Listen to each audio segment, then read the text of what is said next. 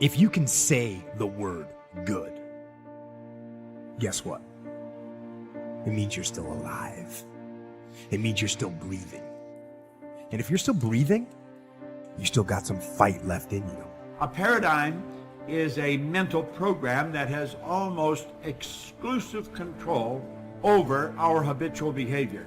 And almost all of our behavior is habitual. Here's what we do know. Life doesn't get any easier. It doesn't get more forgiving. We just get stronger and we get more resilient. One thing I've noticed is that enthusiasm is common, but endurance is rare.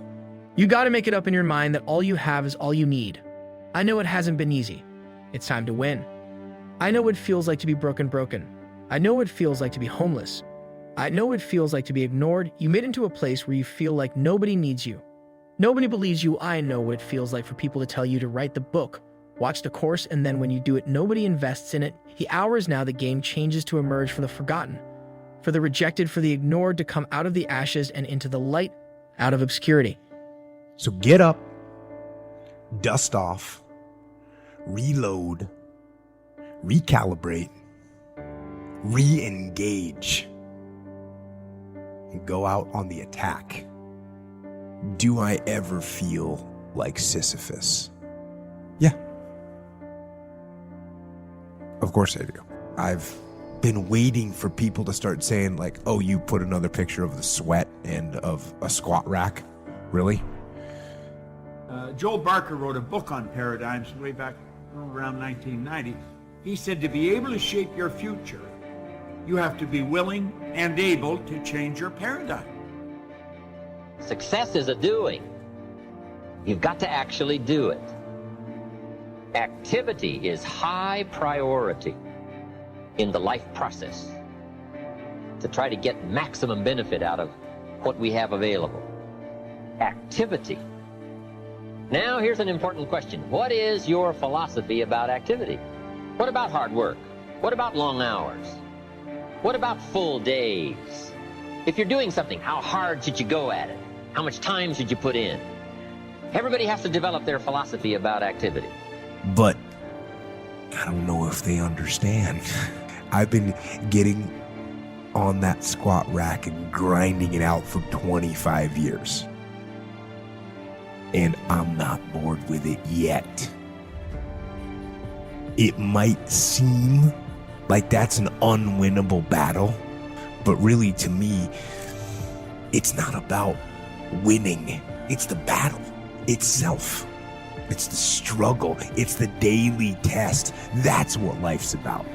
Not just physically, but mentally. Getting that rock to the top of the mountain, that's not what my goal is. My goal actually is pushing the rock. Because pushing the rock, that pushes me. Just by way of review, let me quote you. Old Testament says, 6 days activity, 1 day rest. That's called philosophy of ratio of activity.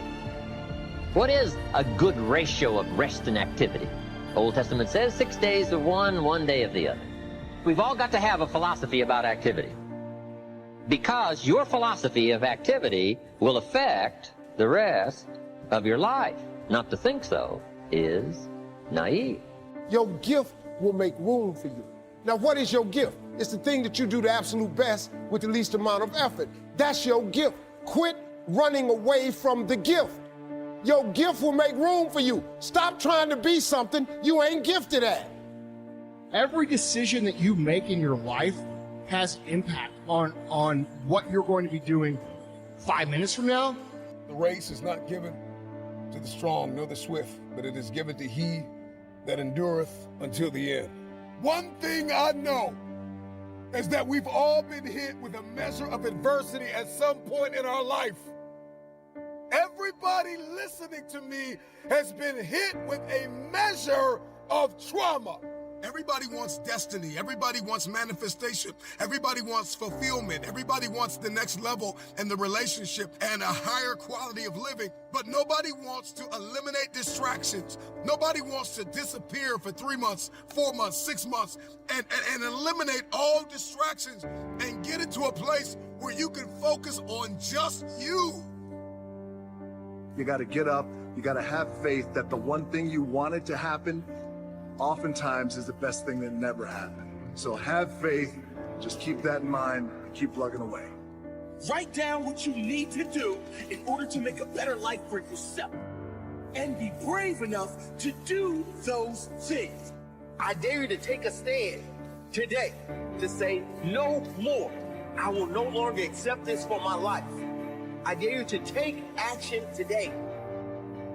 You have to decide that you are going to be in control, that you are going to do what you want to do. Weakness doesn't get a vote. Laziness doesn't get a vote.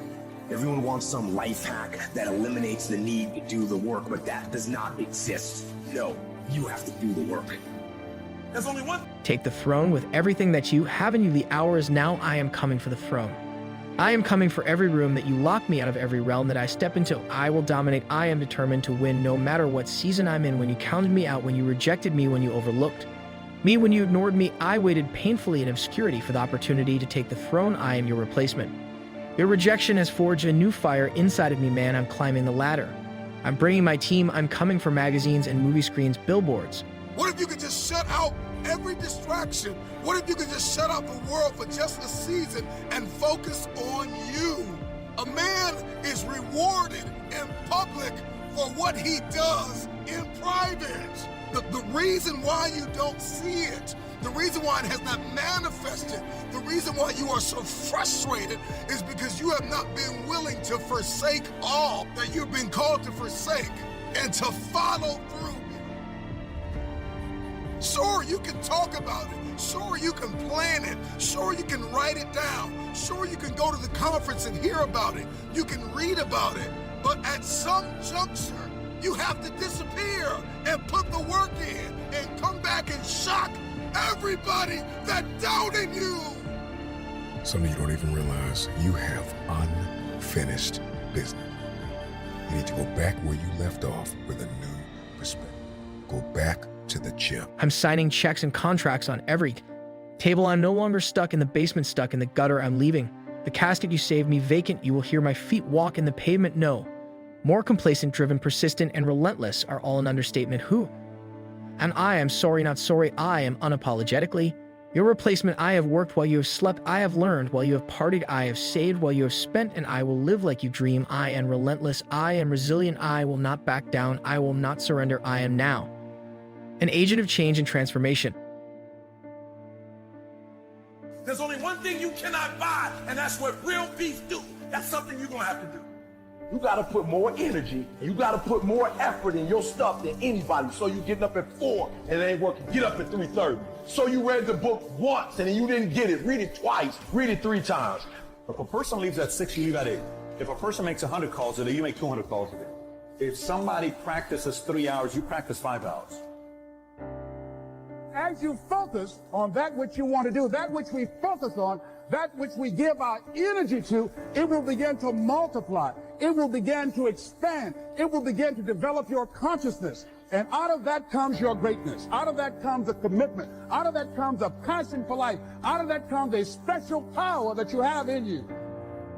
I am your replacement. Every room that I walk in, I will change the game. I'm influencing neighborhoods and towns, startups and corporations, from the forgotten about hoods to the nations. I'm coming to reconstruct and resurrect broken foundations, leaving everybody that protected me out of the equation. The marathon continues. The Lamb of mentality has left a mark. Shout out to the NBA legend Toby and your daughter Jiggy. From Tom Brady to Drew Bledsoe, rain, sleep, or snow, I cry. I am clutch. I am the difference maker. I am the game changer.